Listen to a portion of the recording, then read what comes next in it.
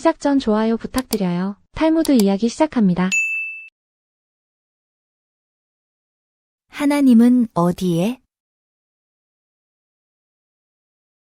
어떤 로마인이 랍비를 찾아와서 말했다. 당신들은 하나님 하는데 하나님이 어디에 있는지 말해보시오. 그는 하나님이 어디에 있는지만 가르쳐주면 하나님을 믿겠다고 말하면서 비아냥거렸다. 랍비는 물론 이런 심술궂은 질문을 좋아하지 않았다. 랍비는 그를 밖으로 데리고 나가 태양을 가리키면서 말했다. 저 태양을 똑바로 바라보시오. 로마인은 태양을 힐끗 보고 소리쳤다. 태양을 어떻게 똑바로 바라볼 수 있소? 그러자 랍비가 말했다.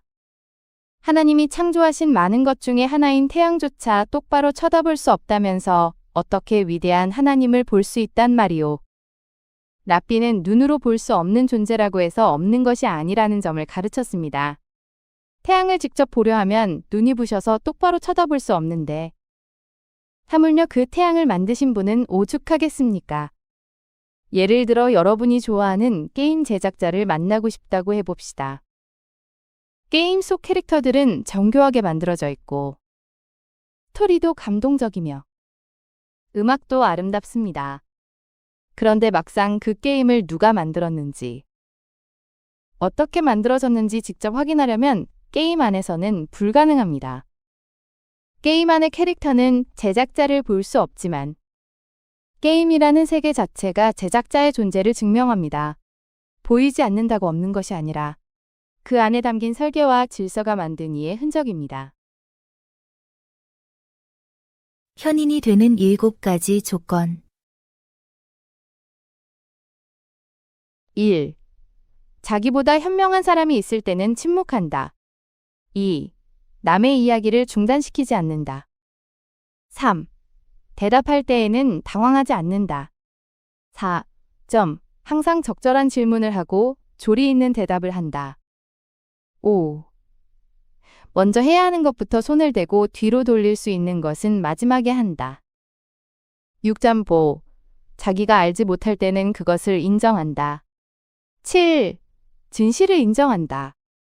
현인이 되는 7가지 습관이란 단순히 예의 바른 사람이 되라는 이야기가 아닙니다. 이건 어떻게 배우고, 어떻게 성장하며, 어떻게 진실과 마주하는가에 관한 태도의 문제입니다. 가령 여러분이 직장에서 중요한 프레젠테이션을 준비하고 있다고 해봅시다. 상사가 먼저 말하고 있는데 끼어들어 내 아이디어를 자랑하고 싶은 마음이 든다면 그건 보여주고 싶은 욕심일 뿐입니다. 하지만 끝까지 경청한 뒤 적절한 질문을 던지고 내가 모르는 부분은 솔직히 인정하며 좋은 의견이 나왔을 때 진실을 받아들인다면 그 순간 여러분은 단순히 똑똑한 사람이 아닌 지혜로운 사람이 되는 겁니다. 진짜 현명함은 아는 척하는 게 아니라 배울 줄 아는 데 있습니다. 못생긴 그릇. 당대 최고의 현자로 일컬어지는 못생긴 랍비가 로마의 황제를 만나러 가던 길에 공주와 마주쳤다. 공주는 대뜸 비아냥거렸다. 아이쿠, 그렇게 뛰어난 지혜가 이렇게 못생긴 그릇에 들어있네요. 랍비는 공주의 말에는 아랑곳하지 않고 뜬금없이 궁전 안에 술이 있는지 물었다. 공주가 당연하지 않은 표정으로 고개를 끄덕이자 빙그레 웃으며 다시 물었다. 그 술은 어떤 그릇에 담겨 있습니까? 보통 항아리나 술병 같은 그릇에 담겨 있죠. 공주가 시큰둥하게 대답하자 랍비는 정말 뜻밖이라는 표정을 지었다. 는듯 깜짝 놀란 표정을 지으며 다시 물었다. 공주님처럼 훌륭하신 분은 금그릇이나 은그릇도 많이 있을 텐데 항아리나 술병 같은 보잘것없는 그릇을 쓰신단 말입니까? 뭔가 창피를 당했다고 느낀 공주는 당장 달려가서 항아리에 담겨있던 술을 모두 금그릇, 은그릇에 옮겨 담도록 지시했다. 그러자 술은 금세 맛이 변해버리고 말았다. 진노한 황제가 소리쳤다. 대체 어떤 놈이 술을 옮겼단 말이냐? 제가 그랬습니다. 공주는 기어들어가는 목소리로 대답했다. 황제에게 꾸중을 들은 공주는 랍비가 거처하고 있는 곳으로 달려가서 씩씩거리며 소리쳤다. 랍비님, 왜 그랬어요? 나를 골탕 먹이려고 일부러 그런 거죠? 단지 나는 공주님께 아주 귀한 것이라도 항아리 같은 싸구려 그릇에 넣어두는 편이 좋을 때가 있다는 것을 가르쳐드리고 싶었을 뿐입니다. 공주가 외모를 두고 랍비를 놀리자 랍비는 오히려 그녀를 가르쳤습니다. 진짜 가치 있는 것은 화려한 포장이 아니라 겸손한 그릇에 담겨야 오래 보존된다는 진리를 말이죠. 가령 여러분이 면접을 보러 갔는데 옆 지원자는 명문대 출신의 외모까지 출중하고 여러분은 학벌도 평범하고 외모도 눈에 띄지 않는다고 칩시다. 그 순간 주눅들 수도 있지만 정작 중요한 건 여러분이 얼마나 깊이 있게 준비했는지, 얼마나 진솔하게 자신을 표현할 수 있는지입니다. 화려한 겉모습에 집착하는 사람은 정작 내면을 채우는데 소홀하기 쉽지만 겸손하게 자신을 인식하는 사람은 끊임없이 배우고 성장합니다. 진짜 지혜는 포장이 아니라 담긴 내용물로 증명됩니다. 도시를 지키는 자. 3명의 위대한 랍비가 도시를 두루 돌아다니며 현지의 실정을 살펴보고 있었다. 그들이 팔레스타인에 도착하여 그곳을 지키는 사람을 만나고 싶다고 말하자 군대의 총사령관이 그들을 찾아왔다. 사랍비는 이렇게 말했다. 군대는 도시를 지키는 자들이 아니라 파괴하는 자들이다. 진정으로 도시를 지키는 자는 바로 가르치는 자이다. 그러니 그대들의 스승을 하나님을 두려워하듯 두려워하라. 유대법전 예루살렘 탈무드에 나오는 이 이야기는 랍비 예후다 하나씨가 도시를 순회하며 스승과 학자를 세우려던 배경에서 나왔습니다. 랍비들은 도시를 지킨다는 게 단순히 외부 위협을 막는 일이 아니라 그 안에 사는 사람들의 정신과 가치를 지키는 일이라고 본 겁니다. 가령 여러분이 동네 치안을 걱정하며 경찰과 CCTV만 늘리는데 열심이라고 칩시다. 그런데 정작 아이들은 방치되고 청소년들은 갈 곳이 없어 게임방과 PC방을 전전하고 어른들도 서로 경쟁만 하느라 이웃과 인사조차 나누지 않는 동네라면요. 겉보기엔 안전해 보여도 그 안에서 사람들이 서로 무관심하고 삭막해지면 결국 공동체는 무너집니다. 반대로 좋은 선생님이 있고 서로 배우고 나누는 문화가 있으면 사람들은 자연스럽게 옳고 그름을 분별하고 서로 돕게 됩니다. 진짜 안전은 무력이 아니라 교육과 공동체 의식에서 나옵니다. 친절. 그렇지는 않아. 유럽의 어느 유대인 거리에 명망 높은 랍비가 살고 있었다. 그분은 반드시 또 오실 거야. 랍비의 아들이 어느 날 아버지에게 말했다. 그러나 언제 어떤 모습으로 오실지는 아무도 모른단다. 성서에 나오는 현자나 성인을 만나고 싶어요. 모르는 사람에게 베푸는 친절은 천사에게 베푸는 친절과 같다. 아들은 고대의 사람들이 1년에 며칠 동안 지상으로 돌아온다는 전설을 믿고 있었다. 유대인은 자기보다 더 어려운 사람을 만나면 집으로 초대하여 식사를 대접한다. 랍비는 대답했다. 그것이 언젠가는 미래를 밝혀주는 희망의 등불이 된다는 것을 너무나도 잘 알고 있기 때문이다. 네가 경건하게 생활하면 만날 수 있을 거야. 유대교 전통에서 아브라함은 환대의 모범으로 여겨집니다. 아들은 열성적으로 올바른 생활을 실천했다. 그가 천사들을 맞이한 이야기는 낯선 이에게 베푸는 친절이 곧 신성한 존재를 대접하는 것과 같다는 가르침의 기초가 되었죠. 그렇게 반년이 지났지만 아무 일도 일어나지 않았다. 랍비의 아들은 경건하게 살면 성인을 만날 수 있다고 믿으며 1년을 기다렸지만 인내심을 가져라. 정작 찾아온 누더기 거지를 보고는 무례하다며 내쫓았습니다. 아침에 올바른 행동을 했다고 해서 저녁 때 모세를 만날 수 있는 것은 아니지 않니? 그 거지가 바로 그가 그토록 만나고 싶어 했던 성서 속 인물이었죠. 아버지의 말씀이 옳다고 생각하며 아들은 기다렸다. 랍비는 아들에게 말합니다. 드디어 1년이 지났다. 그분은 언제 어떤 모습으로 다시 올지 모른다고요. 아들이 혼자 시너고그 유대교 회당을 지키고 있을 때 누더기를 걸친 거지가 와서 하룻밤 재워달라고 부탁했다. 가령 여러분이 지하철에서 어려워 보이는 할머니를 만났다고 칩시다. 아들은 이곳이 어딘 줄 아느냐? 호텔도 아니고 레스토랑도 아닌 신성한 시너고그다. 어딜 감히 거지 따위가 와서 재워달래냐고 호통을 치면서 그럼 먹을 것이라도 조금만 달라는 거지를 내쫓아버렸다. 무거운 짐을 들고 계신데 그날 저녁 랍비는 아들에게 여느 때처럼 물었다. 피곤해서 그냥 지나칠 수도 있고 오늘은 어떻게 지냈니? 도움이 필요하냐고 물어볼 수도 있습니다. 감히 시너고그에서 재워달라고 찾아왔던 무례하기 짝이 없는 거지를 냉큼 쫓아버렸다는 아들의 이야기를 듣고 랍비는 하늘을 우러르며 탄식했다. 그 순간의 선택이 평범해 보이지만 그분이 네가 그토록 기다리던 성서의 인물이란다. 실은 우리 삶에서 가장 중요한 기회일 수 있다는 거죠. 아들은 당황하며 안타깝게 말했다. 작은 친절이 나중에 어떤 의미로 돌아올지는 그 순간엔 알 수 없습니다. 하지만 낯선 이에게 건넨 따뜻함은 결국 우리 자신의 미래를 밝히는 등불이 됩니다. 그럼 저는 평생 오늘 일을 후회하면서 살아야 하는 건가요? 랍비 힐렐의 착한 일. 어느 날 힐렐이 거리를 급히 걸어가고 있었다. 학생들이 그를 발견하고 달려와 물었다. 선생님, 어디를 그렇게 급히 가세요? 착한 일을 하기 위해서 가고 있단다.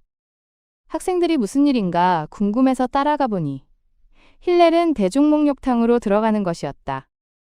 학생들은 놀라서 다시 물었다. 선생님, 목욕이 착한 일이에요. 자신의 몸을 청결히 하는 것은 대단히 착한 일이란다. 저기 로마 사람들을 보아라. 저들은 수많은 동상들을 쓸고 닦고 애지중지하지만 동상을 닦는 것보다 자신의 몸을 깨끗이 하는 것이 진짜 중요한 선행이란다. 랍비 힐렐이 학생들에게 가르친 것은 자기 자신을 소중히 여기는 태도였습니다. 우리는 하나님의 형상으로 지어진 존재이기 때문에 우리 몸을 잘 돌보는 것 자체가 하나님께 드리는 헌신이 된다는 겁니다. 로마인들이 왕의 동상을 닦고 관리하는 것을 본받되 무생물인 동상보다 하나님 형상을 담은 우리 자신을 더 소중히 여겨야 한다는 뜻이었습니다. 가령 여러분이 매일 스마트폰 화면은 정성껏 닦고 보호필름을 붙이면서 정작 본인은 제대로 씻지도 않고 끼니를 거르며 잠도 부족하게 잔다고 생각해 보십시오. 혹은 자동차는 정기적으로 점검받고 세차하면서 정작 자신의 건강검진은 미루고 운동도 안 하는 경우입니다. 우리는 종종 물건이나 일에는 정성을 쏟으면서도 정작 자기 자신의 몸과 마음 돌보기는 뒤로 미룹니다. 하지만 여러분의 몸은 여러분이 가진 그 어떤 것보다도 귀한 것이며 자신을 잘 돌보는 것이야말로 가장 기본적이면서도 중요한 선행입니다. 만찬회. 어느 날 임금님이 하인들을 만찬에 초대했다. 그러나 언제 어디서 열릴지는 말해주지 않았다. 현명한 하인은 생각했다. 임금님의 일이니까 만찬에는 당장이라도 열릴 수 있어. 전가를 받는 즉시 만찬에 참석할 수 있도록 모든 준비를 해두어야겠다. 어리석은 하인은 생각했다. 만찬에는 아직 멀었어. 준비할 것이 한두 가지야? 정가를 받고 준비해도 시간이 넉넉할 거야. 막상 만찬회가 열리자 현명한 하인은 곧바로 참석하여 임금님이 베푸신 맛있고 귀한 음식들을 마음껏 즐겼다. 그러나 어리석은 하인이 만찬회장에 도착했을 때는 이미 문이 굳게 닫힌 뒤였다.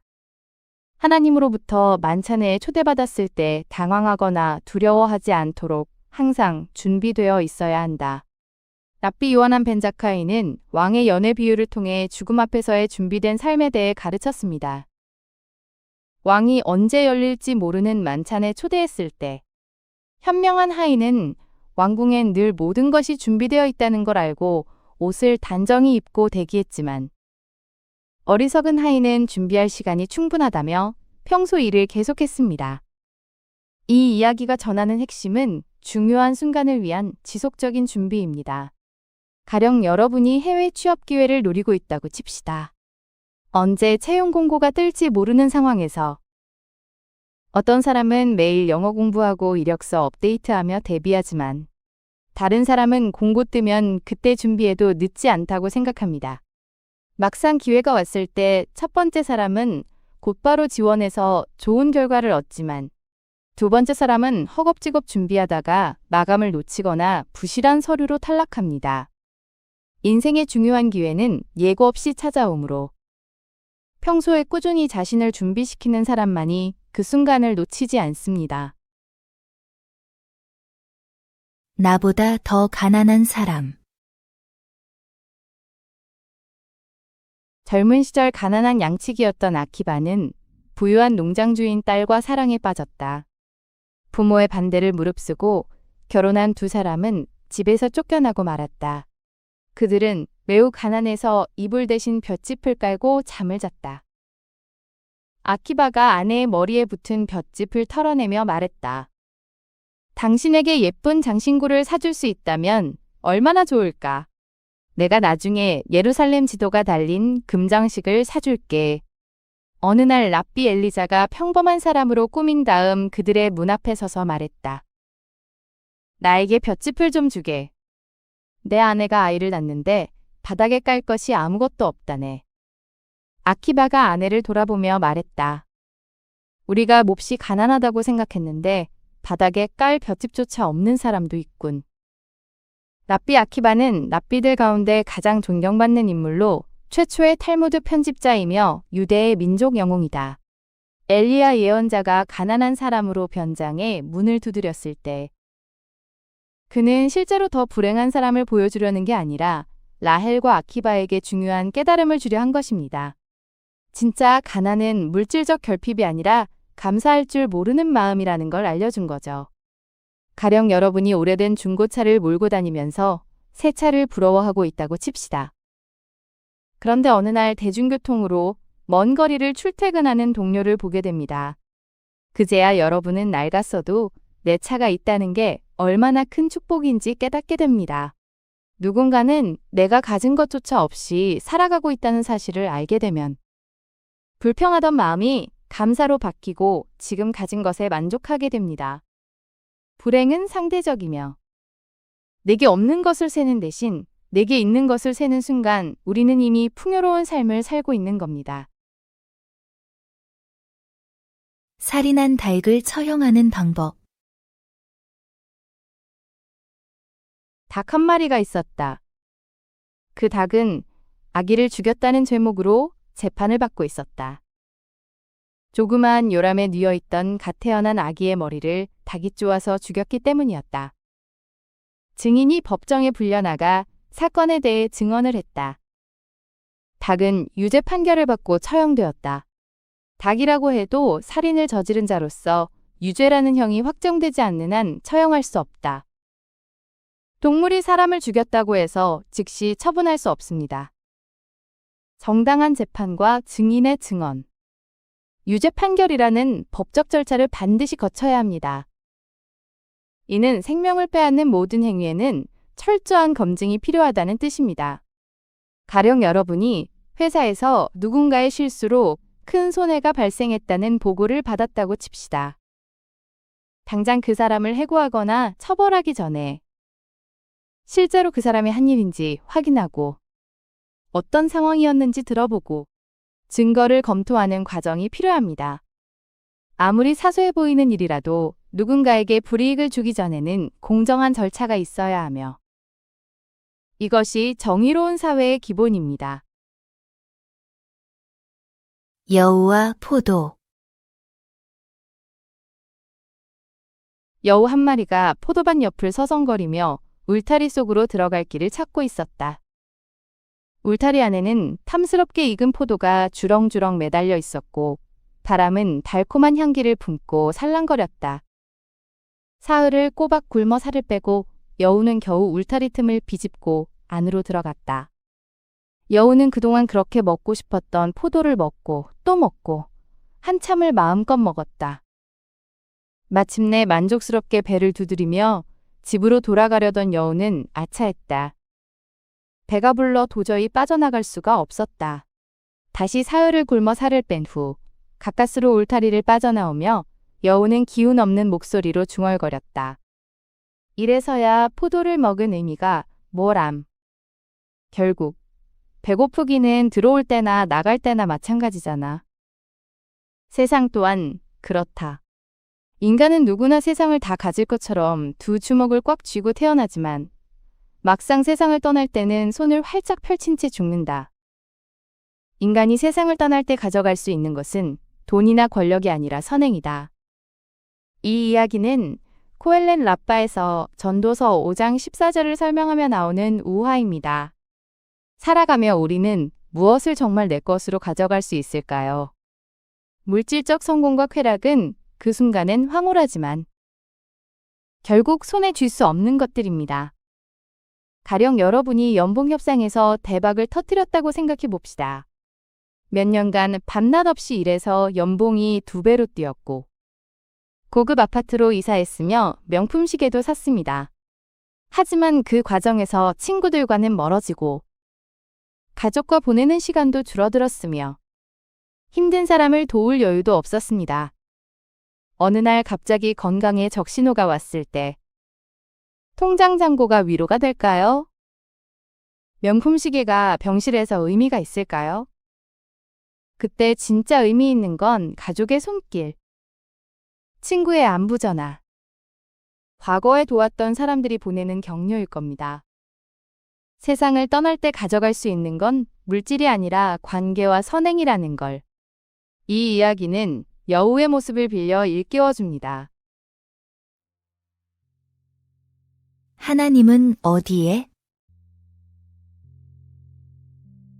어떤 로마인이 랍비를 찾아와서 말했다. 당신들은 하나님 하는데 하나님이 어디에 있는지 말해보시오. 그는 하나님이 어디에 있는지만 가르쳐주면 하나님을 믿겠다고 말하면서 비아냥거렸다. 랍비는 물론 이런 심술궂은 질문을 좋아하지 않았다. 랍비는 그를 밖으로 데리고 나가 태양을 가리키면서 말했다. 저 태양을 똑바로 바라보시오. 로마인은 태양을 힐끗 보고 소리쳤다. 태양을 어떻게 똑바로 바라볼 수 있소? 그러자 랍비가 말했다. 하나님이 창조하신 많은 것 중에 하나인 태양조차 똑바로 쳐다볼 수 없다면서 어떻게 위대한 하나님을 볼 수 있단 말이오. 랍비는 눈으로 볼 수 없는 존재라고 해서 없는 것이 아니라는 점을 가르쳤습니다. 태양을 직접 보려 하면 눈이 부셔서 똑바로 쳐다볼 수 없는데 하물며 그 태양을 만드신 분은 오죽하겠습니까? 예를 들어 여러분이 좋아하는 게임 제작자를 만나고 싶다고 해봅시다.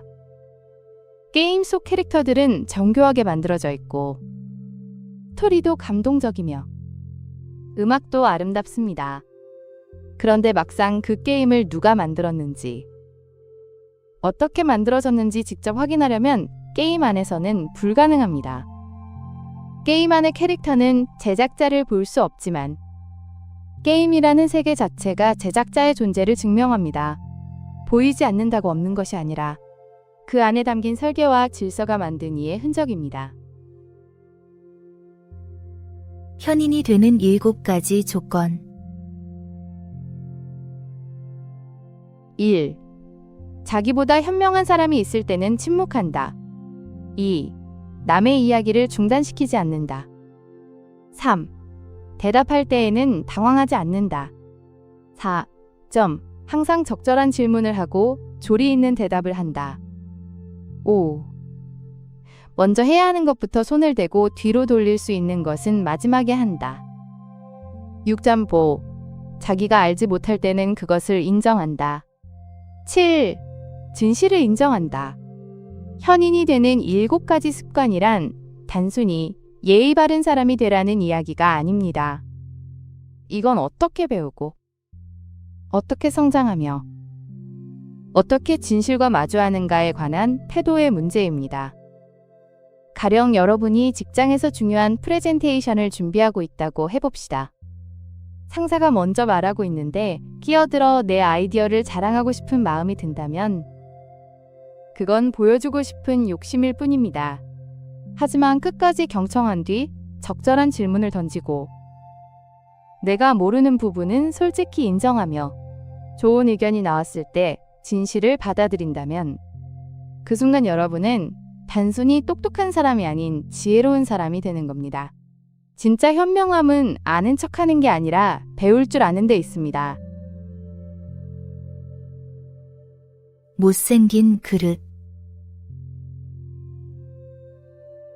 당대 최고의 현자로 일컬어지는 못생긴 랍비가 로마의 황제를 만나러 가던 길에 공주와 마주쳤다. 공주는 대뜸 비아냥거렸다. 아이쿠, 그렇게 뛰어난 지혜가 이렇게 못생긴 그릇에 들어있네요. 랍비는 공주의 말에는 아랑곳하지 않고 뜬금없이 궁전 안에 술이 있는지 물었다. 공주가 당연하지 않은 표정으로 고개를 끄덕이자 빙그레 웃으며 다시 물었다. 그 술은 어떤 그릇에 담겨 있습니까? 보통 항아리나 술병 같은 그릇에 담겨 있죠. 공주가 시큰둥하게 대답하자 랍비는 정말 뜻밖이라는 표정을 지었다. 는듯 깜짝 놀란 표정을 지으며 다시 물었다. 공주님처럼 훌륭하신 분은 금그릇이나 은그릇도 많이 있을 텐데 항아리나 술병 같은 보잘것없는 그릇을 쓰신단 말입니까? 뭔가 창피를 당했다고 느낀 공주는 당장 달려가서 항아리에 담겨있던 술을 모두 금그릇, 은그릇에 옮겨 담도록 지시했다. 그러자 술은 금세 맛이 변해버리고 말았다. 진노한 황제가 소리쳤다. 대체 어떤 놈이 술을 옮겼단 말이냐? 제가 그랬습니다. 공주는 기어들어가는 목소리로 대답했다. 황제에게 꾸중을 들은 공주는 랍비가 거처하고 있는 곳으로 달려가서 씩씩거리며 소리쳤다. 랍비님, 왜 그랬어요? 나를 골탕 먹이려고 일부러 그런 거죠? 단지 나는 공주님께 아주 귀한 것이라도 항아리 같은 싸구려 그릇에 넣어두는 편이 좋을 때가 있다는 것을 가르쳐드리고 싶었을 뿐입니다. 공주가 외모를 두고 랍비를 놀리자 랍비는 오히려 그녀를 가르쳤습니다. 진짜 가치 있는 것은 화려한 포장이 아니라 겸손한 그릇에 담겨야 오래 보존된다는 진리를 말이죠. 가령 여러분이 면접을 보러 갔는데 옆 지원자는 명문대 출신의 외모까지 출중하고 여러분은 학벌도 평범하고 외모도 눈에 띄지 않는다고 칩시다. 그 순간 주눅들 수도 있지만 정작 중요한 건 여러분이 얼마나 깊이 있게 준비했는지, 얼마나 진솔하게 자신을 표현할 수 있는지입니다. 화려한 겉모습에 집착하는 사람은 정작 내면을 채우는데 소홀하기 쉽지만 겸손하게 자신을 인식하는 사람은 끊임없이 배우고 성장합니다. 진짜 지혜는 포장이 아니라 담긴 내용물로 증명됩니다. 도시를 지키는 자. 3명의 위대한 랍비가 도시를 두루 돌아다니며 현지의 실정을 살펴보고 있었다. 그들이 팔레스타인에 도착하여 그곳을 지키는 사람을 만나고 싶다고 말하자 군대의 총사령관이 그들을 찾아왔다. 사랍비는 이렇게 말했다. 군대는 도시를 지키는 자들이 아니라 파괴하는 자들이다. 진정으로 도시를 지키는 자는 바로 가르치는 자이다. 그러니 그대들의 스승을 하나님을 두려워하듯 두려워하라. 유대법전 예루살렘 탈무드에 나오는 이 이야기는 랍비 예후다 하나씨가 도시를 순회하며 스승과 학자를 세우려던 배경에서 나왔습니다. 랍비들은 도시를 지킨다는 게 단순히 외부 위협을 막는 일이 아니라 그 안에 사는 사람들의 정신과 가치를 지키는 일이라고 본 겁니다. 가령 여러분이 동네 치안을 걱정하며 경찰과 CCTV만 늘리는데 열심이라고 칩시다. 그런데 정작 아이들은 방치되고 청소년들은 갈 곳이 없어 게임방과 PC방을 전전하고 어른들도 서로 경쟁만 하느라 이웃과 인사조차 나누지 않는 동네라면요. 겉보기엔 안전해 보여도 그 안에서 사람들이 서로 무관심하고 삭막해지면 결국 공동체는 무너집니다.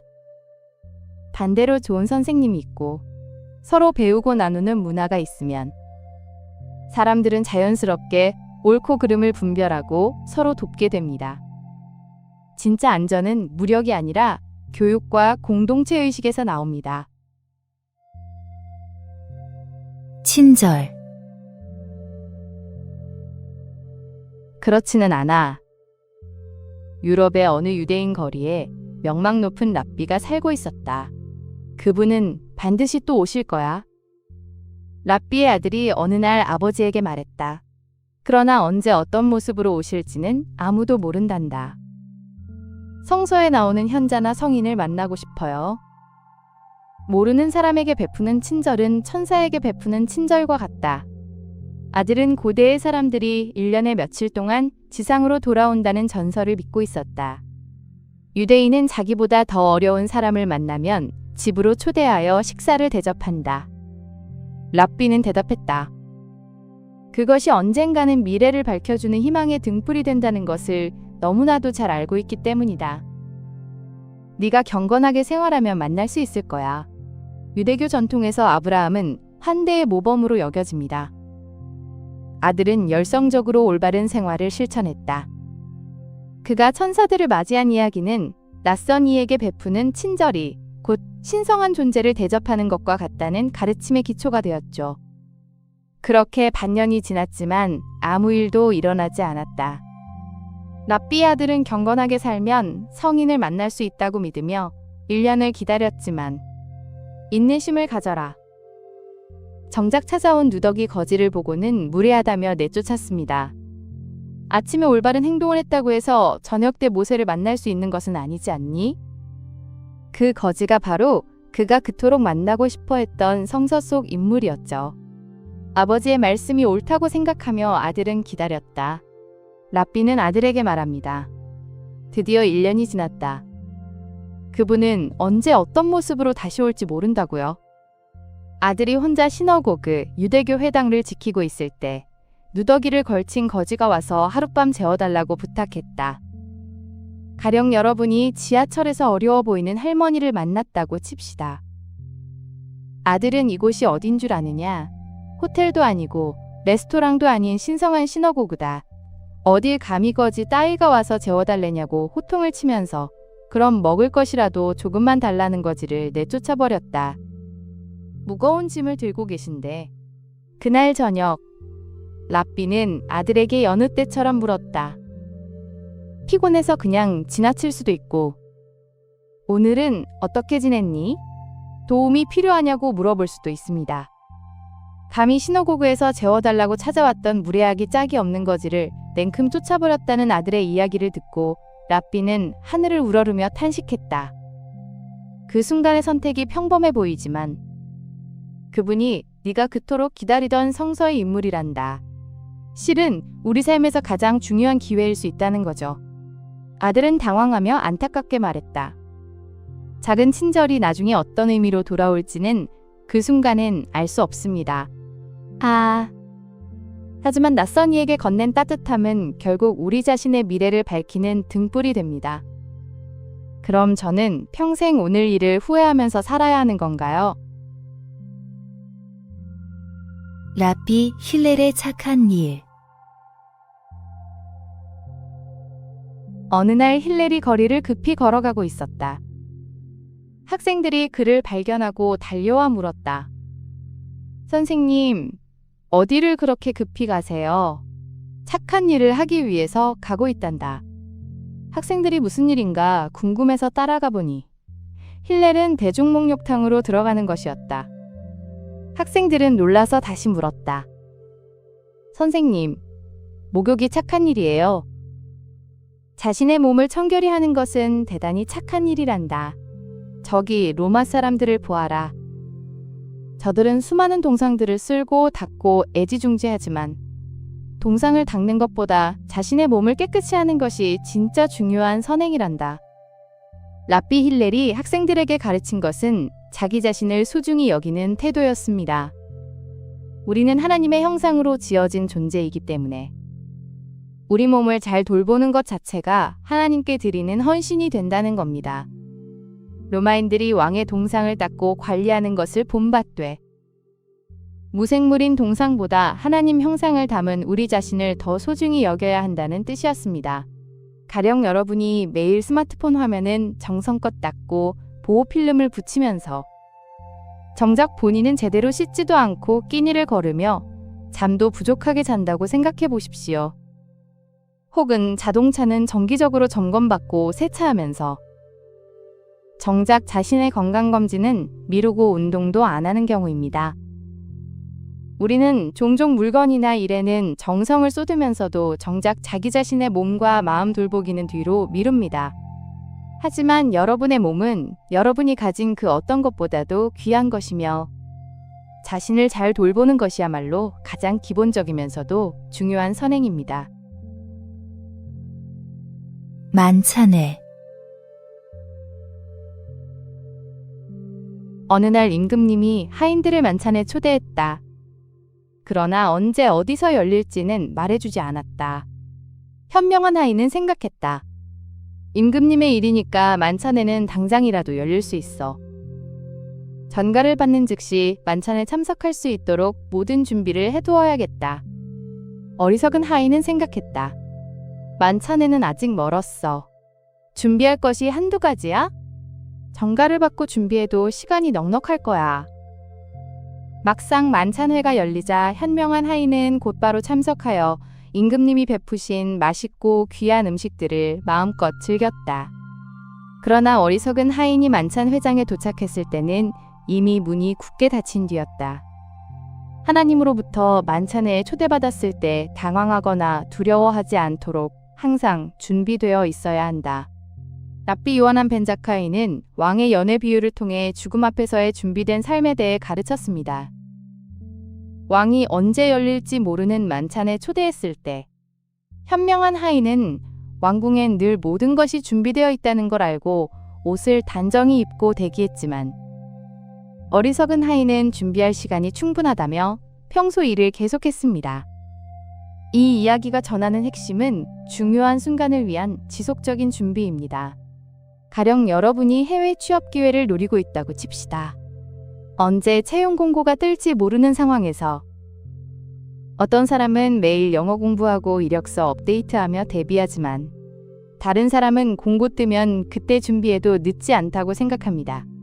막상 기회가 왔을 때 첫 번째 사람은 곧바로 지원해서 좋은 결과를 얻지만 두 번째 사람은 허겁지겁 준비하다가 마감을 놓치거나 부실한 서류로 탈락합니다. 인생의 중요한 기회는 예고 없이 찾아오므로 평소에 꾸준히 자신을 준비시키는 사람만이 그 순간을 놓치지 않습니다. 나보다 더 가난한 사람.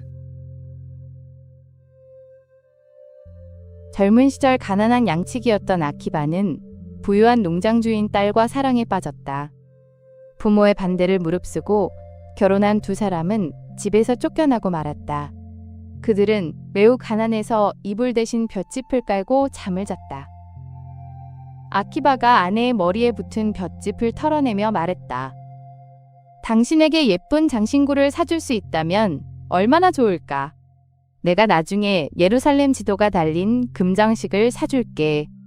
어느 날 랍비 엘리자가 평범한 사람으로 꾸민 다음 그들의 문 앞에 서서 말했다. 나에게 볏짚을 좀 주게. 내 아내가 아이를 낳는데 바닥에 깔 것이 아무것도 없다네. 아키바가 아내를 돌아보며 말했다. 우리가 몹시 가난하다고 생각했는데 바닥에 깔 볏짚조차 없는 사람도 있군. 랍비 아키바는 랍비들 가운데 가장 존경받는 인물로 최초의 탈무드 편집자이며 유대의 민족 영웅이다. 엘리야 예언자가 가난한 사람으로 변장해 문을 두드렸을 때 그는 실제로 더 불행한 사람을 보여주려는 게 아니라 라헬과 아키바에게 중요한 깨달음을 주려 한 것입니다. 진짜 가난은 물질적 결핍이 아니라 감사할 줄 모르는 마음이라는 걸 알려준 거죠. 가령 여러분이 오래된 중고차를 몰고 다니면서 새 차를 부러워하고 있다고 칩시다. 그런데 어느 날 대중교통으로 먼 거리를 출퇴근하는 동료를 보게 됩니다. 그제야 여러분은 낡았어도 내 차가 있다는 게 얼마나 큰 축복인지 깨닫게 됩니다. 누군가는 내가 가진 것조차 없이 살아가고 있다는 사실을 알게 되면 불평하던 마음이 감사로 바뀌고 지금 가진 것에 만족하게 됩니다. 불행은 상대적이며 내게 없는 것을 세는 대신 내게 있는 것을 세는 순간 우리는 이미 풍요로운 삶을 살고 있는 겁니다. 살인한 닭을 처형하는 방법. 닭 한 마리가 있었다. 그 닭은 아기를 죽였다는 죄목으로 재판을 받고 있었다. 조그마한 요람에 뉘어있던 갓 태어난 아기의 머리를 닭이 쪼아서 죽였기 때문이었다. 증인이 법정에 불려나가 사건에 대해 증언을 했다. 닭은 유죄 판결을 받고 처형되었다. 닭이라고 해도 살인을 저지른 자로서 유죄라는 형이 확정되지 않는 한 처형할 수 없다. 동물이 사람을 죽였다고 해서 즉시 처분할 수 없습니다. 정당한 재판과 증인의 증언, 유죄 판결이라는 법적 절차를 반드시 거쳐야 합니다. 이는 생명을 빼앗는 모든 행위에는 철저한 검증이 필요하다는 뜻입니다. 가령 여러분이 회사에서 누군가의 실수로 큰 손해가 발생했다는 보고를 받았다고 칩시다. 당장 그 사람을 해고하거나 처벌하기 전에 실제로 그 사람이 한 일인지 확인하고 어떤 상황이었는지 들어보고 증거를 검토하는 과정이 필요합니다. 아무리 사소해 보이는 일이라도 누군가에게 불이익을 주기 전에는 공정한 절차가 있어야 하며 이것이 정의로운 사회의 기본입니다. 여우와 포도. 여우 한 마리가 포도밭 옆을 서성거리며 울타리 속으로 들어갈 길을 찾고 있었다. 울타리 안에는 탐스럽게 익은 포도가 주렁주렁 매달려 있었고 바람은 달콤한 향기를 품고 살랑거렸다. 사흘을 꼬박 굶어 살을 빼고 여우는 겨우 울타리 틈을 비집고 안으로 들어갔다. 여우는 그동안 그렇게 먹고 싶었던 포도를 먹고 또 먹고 한참을 마음껏 먹었다. 마침내 만족스럽게 배를 두드리며 집으로 돌아가려던 여우는 아차했다. 배가 불러 도저히 빠져나갈 수가 없었다. 다시 사흘을 굶어 살을 뺀 후 가까스로 울타리를 빠져나오며 여우는 기운 없는 목소리로 중얼거렸다. 이래서야 포도를 먹은 의미가 뭐람. 결국 배고프기는 들어올 때나 나갈 때나 마찬가지잖아. 세상 또한 그렇다.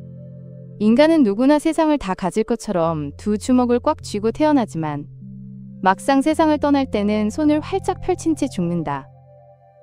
인간이 세상을 떠날 때 가져갈 수 있는 것은 돈이나 권력이 아니라 선행이다. 이 이야기는 코엘렌 라빠에서 전도서 5장 14절을 설명하며 나오는 우화입니다. 살아가며 우리는 무엇을 정말 내 것으로 가져갈 수 있을까요? 물질적 성공과 쾌락은 그 순간엔 황홀하지만 결국 손에 쥘 수 없는 것들입니다. 가령 여러분이 연봉 협상에서 대박을 터뜨렸다고 생각해 봅시다.